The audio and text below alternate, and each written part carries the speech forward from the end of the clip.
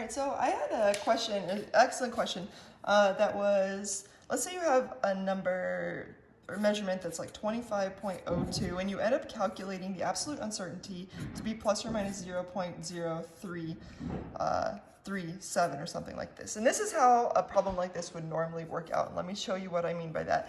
Generally, you round the absolute uncertainty to 1 sig fig. So you're going to round the absolute uncertainty to 1 sig fig. So this would be 25.02 plus or minus 0.03.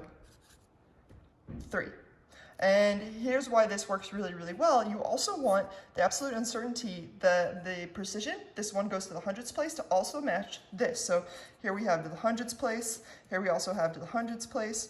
And this is a beautiful, woohoo, expression of a measurement in its absolute uncertainty. Now, unfortunately, things don't always work out that way. So let's give an example of where that can be messy. If we have 25.02 plus or minus 0.337, suddenly, if we round this absolute uncertainty to 1 sig fig, it doesn't match the precision that we have over here. So that can really throw us for a loop. So let's talk about some options that we have. First of all, you should note that there are no uniform rules that every single analytical chemistry book you come across is going to follow. Unfortunately, it's just not the case. There are no uniform rules for rounding, for example. There are, but most books don't actually implement them. And so we have to kind of follow along with whatever your book and whatever your specific homework is asking for. So I'm going to show you a few different ways and show you why each of them should or could work in a specific situation. So the first one is that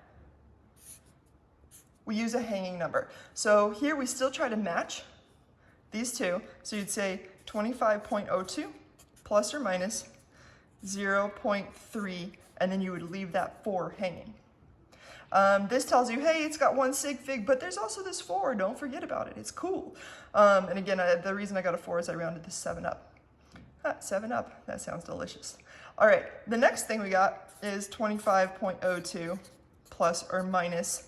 Another option is you keep that, 0.34. Now, unfortunately, your homework expects you to round every absolute uncertainty to just 1 single sig fig.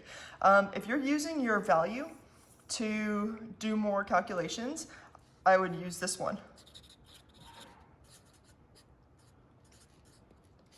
I would use that one. If you're reporting it in a journal, I would use that one. Unfortunately, your book has no way of subscripting, or your homework, I should say, has no way of subscripting. So here are the 2 alternate methods you could use.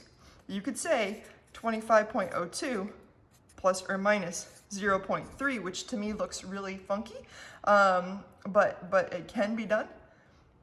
Or 25.0 plus or minus 0.3, which appeases me a lot more because now you've got it matching in the 10th place. And finally, option number 5 billion would be if you put 25.0 little 2 plus or minus 0.3 little 4. Unfortunately, your book doesn't clarify which one it really likes the absolute most, and it does both of those. I've seen it be done on like page 56 and 57. It has 2 examples of each of those, and so I would just go with what your homework accepts, which is always this, to have the absolute uncertainty to have 1 sig fig, and this one to have the appropriate sig figs from your calculation. And I'm sorry that that's inconvenient and it stinks, and unfortunately it's just the way it is.